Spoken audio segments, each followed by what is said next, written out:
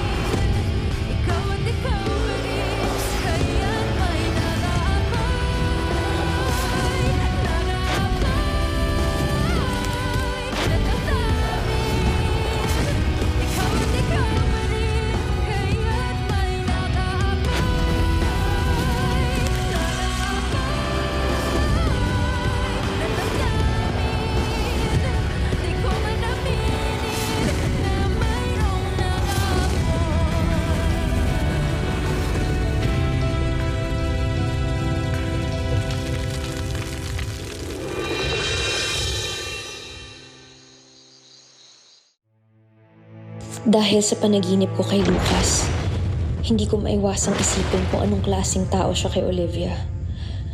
Patuloy niyang ginigiit na ako si Olivia pero hindi ako siya, ni hindi ko siya kilala. Pero dahil sa kanya, mas tumitindi ang kagustuhan kong makilala ang sarili ko. Maiden name, Claire Dalisay Bautista.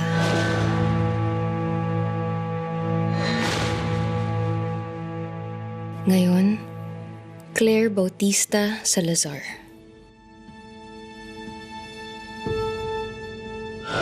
Birthday, October 29, 1993. Tatay ko si Juanito Bautista at nanay ko si Cecilia Dalisay Bautista. Elementary, Padre Gomez Elementary School. High School, M. Ruiz Science High School. Nag-waitress ako sa Casa Lorente kung saan ko nakilala si Philip. Mahal, magkwento ka nga. Paano tayo nagkakilala? Ano yung love story natin? Nagkita tayo sa Casa Lorente.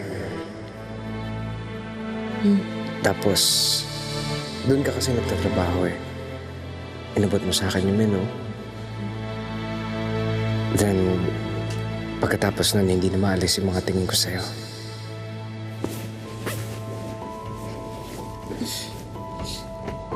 Waitress ako. Na-love at first sight ako sa'yo, man. Bolero. Ano pa, magkwento ka ba? Ano yung itsura ng lugar? Para ma-imagine ko. Maganda yung restaurant. Rustic. Tapos, sa tabi ng restaurant na yun, may isang flower shop. Doon ko binili yung pinakaunang bouquet na binigay ko sa'yo.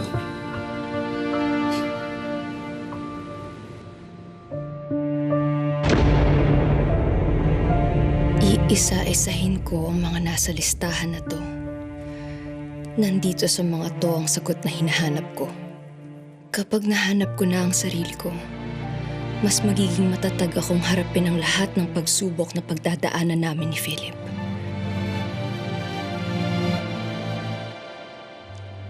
So, nakaharap ko na si Claire. Kabuka, but she's not Olivia.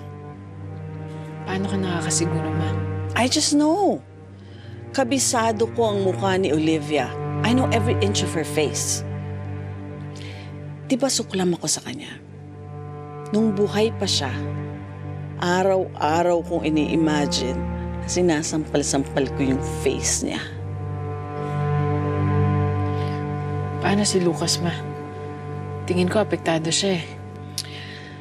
Alam mo, when I was young, meron akong aso. Ang pangalan niya Blackie. Nung namatay si Blackie, sobrang lungkot ko. So every time nakakakita ako ng aso na kamukha ni Blackie, apektado ako. Wishing na si Blackie nga yun. Hindi ka dapat matakot sa Claire na yan. Isa lang siyang aso. Besides, malapit na nating mapaalis si Philip Salazar. At kapag nangyari yon, hindi na makikita ni Lucas ang asong yan.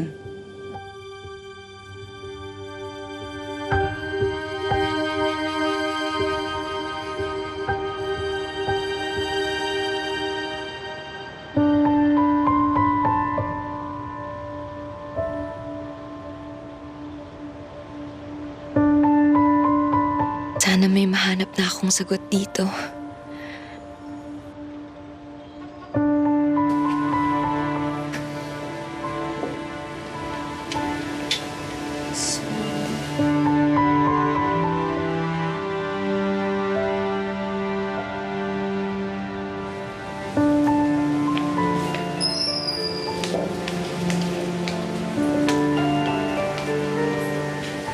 Excuse me.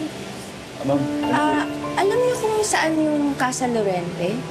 Ito po yung dating Casa Lorente, ma'am, pero Alvaros na po ngayon. Nag-iba lang ng pangalan pero pareho pa rin yung may-ari. Iba na po. Matagal na po kasi nagsara yung Casa Lorente. Sige, salamat. Sige po, balik na po ako.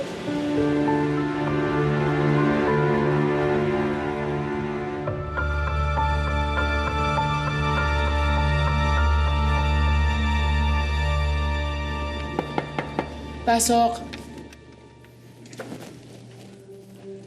Ma'am, dala ko na po ang result ng DNA test. Walang iba nakakaalam nito. Wala po.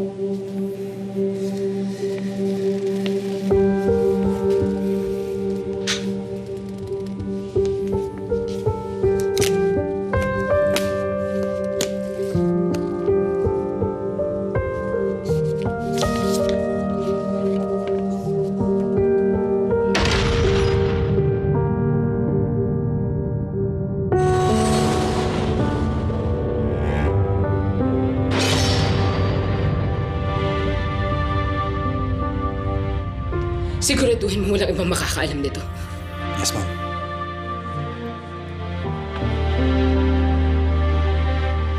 Ikaw nga. Ikaw nga ang mortal na kaaway ko.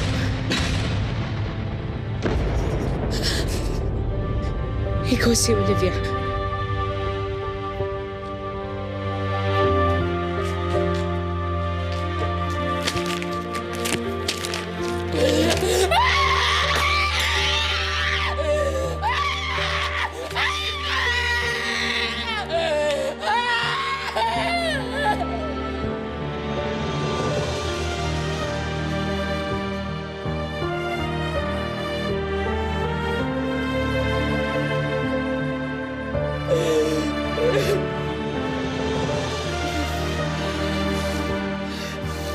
Itong lihim na to, mananatiling lihim lang habang buhay.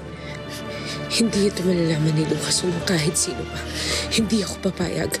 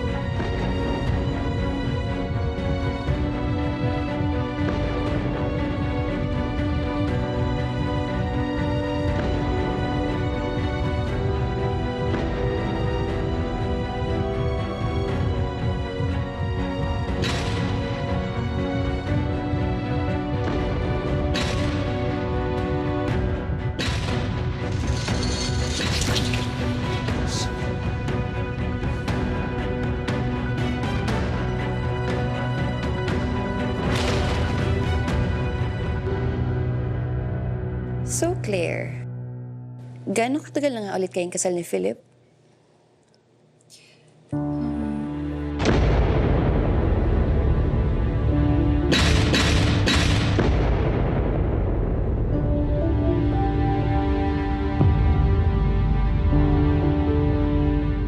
Five years na.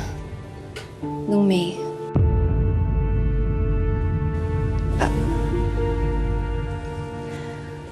Five years?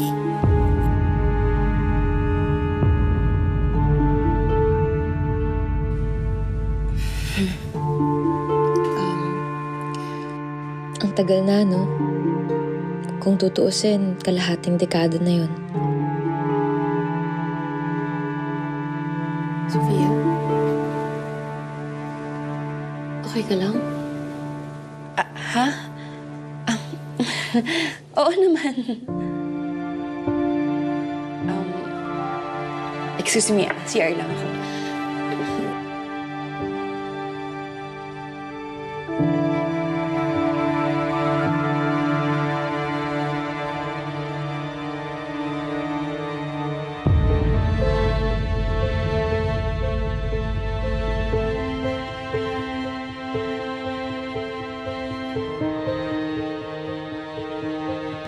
Five years ago, kami pa ni Philip nun.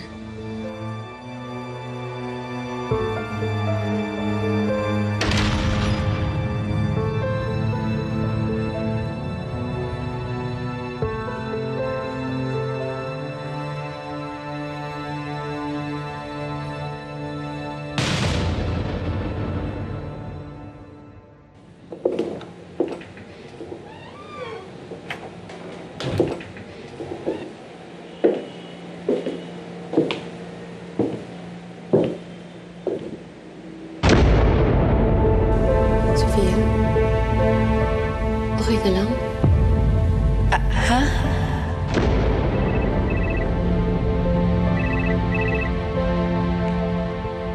Hello? Amanda? Kamusta? Ako nga makakamusta sa'yo, kaya ako tumawag eh. Kakauwi ko lang.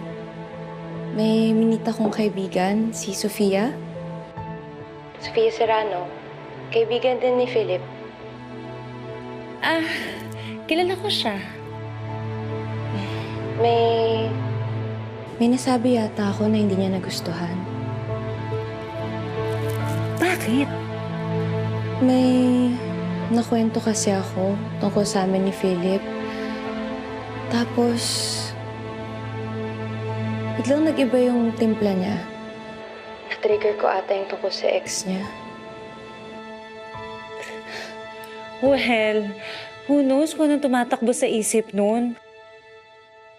Hayaan mo siya. Magsasabi naman yun sa'yo kung may problema siya eh. Siguro nga. Baka masyado lang ako nag-aalala.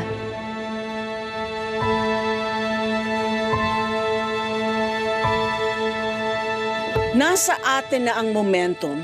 Let's go for the kill. Ang problema, kayong dalawa, you're always distracted. Dahil nandun pa rin sa ospital yung doktor na yon.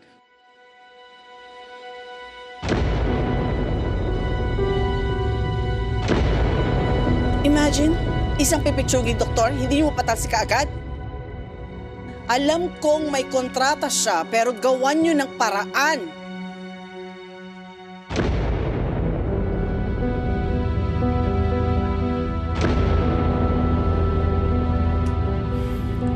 Humanap kayo ng opportunity para mawala na yung doktor na yan sa ospital ko. Yes, ma. Papatalsikin ko si Philip Salazar. Pati si Claire.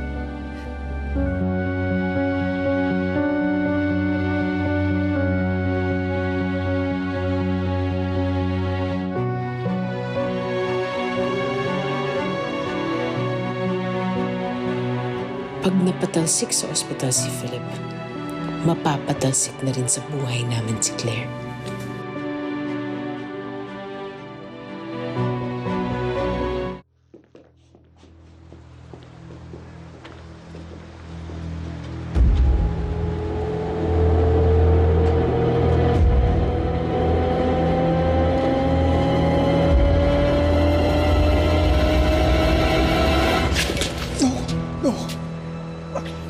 Ano nangyari sa'yo?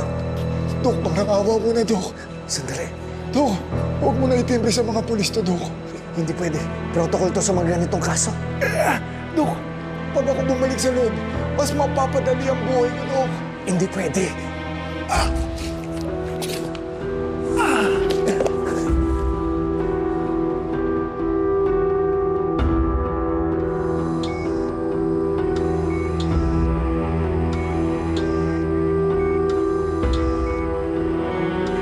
Let's begin.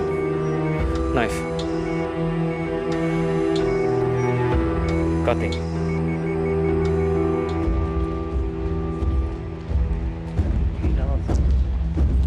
Sir, palabasin na, sir. Sige, sir.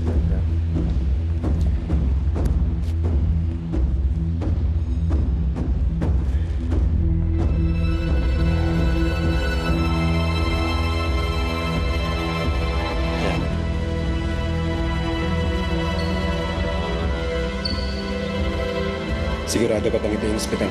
Oo, boss. May nakakita kay Di Mayuga na dito pumasok. Sige, magkalat ka. Timbrehan niyo ako pag nakita niyo siya. Patay siya sa akin.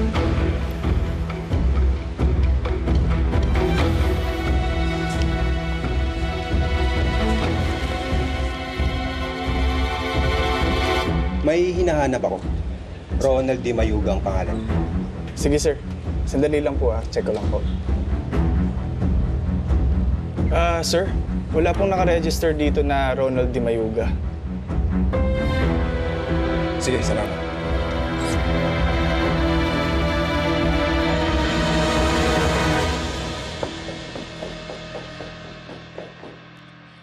Hi! Hi! Kamusta ka? Eto, maganda pa rin. Namiss naman kita. Kailan ka dumating? Hapon lang. Ikaw, kumusta ka?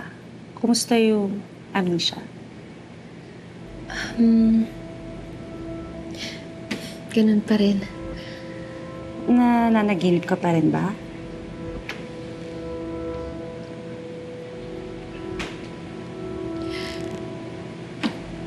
Oo. Pero nagpapa-therapy na ako. Ano yung mga napapanaginipan mo? Katulad pa rin nung dati eh. Walang pinagbago. Si Philip, kumusta? Yung ospital? Dami ko nababasa online. Eh, maraming problema. Pero wala namang hindi kakayanin yung asawa ko. Hindi naman. Anyway, may mga pasalubong ako sa'yo, Heno. Para sa'yo yan.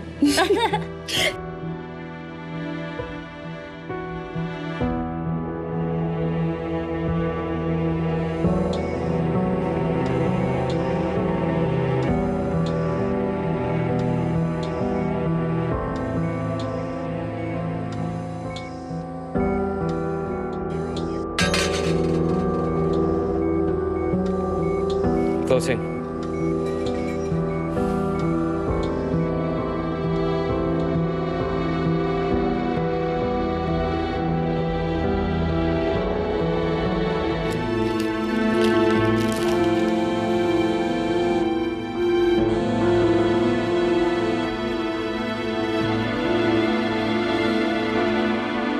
Boss, natuntun ka lang nila Bogart. Itutumba ka nila dyan sa ospital.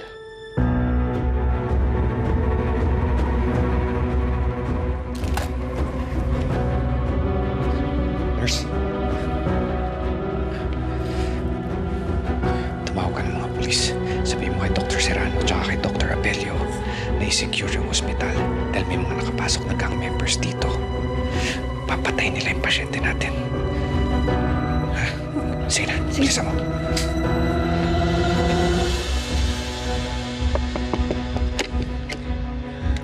Ano nangyari? Attorney Buen Camino, may pasyente po na inoperahan si Dr. Salazar. Dimayugo yung pangalan. Tumawag na po tayo ng mga pulis. May mga gang na papatay dun sa pasyente. Nandito na po sila sa ospital.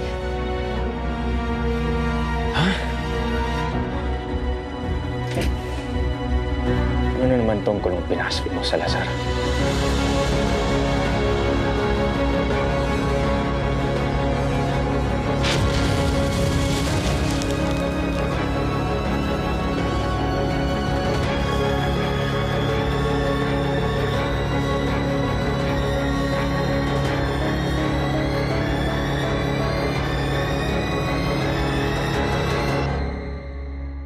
Itatago mo ang nalalaman mo tungkol sa mga puntod na yun. Walang dapat makaalam nun. Meron akong kailangan sabihin sa'yo. Ano kailangan mo? Alam kong hindi basta-basta kumukha ni Claire si Olivia. Nabubuhay si Olivia dahil sa'yo. Naaalala ko yung wedding day namin ni Olivia. Ano bang totoo sa pagkatao ko? Si Claire kasi nakipagkita kay Lucas. Hindi ko itataya ang buhay at karir ko kung hindi malakas ang kutob ko na ikaw si Olivia. Kukuha sana ako ng records ko. Wala akong ginawang record ng gabing yun. Ang mga laman nito magpapatunay ng pagkatao ko.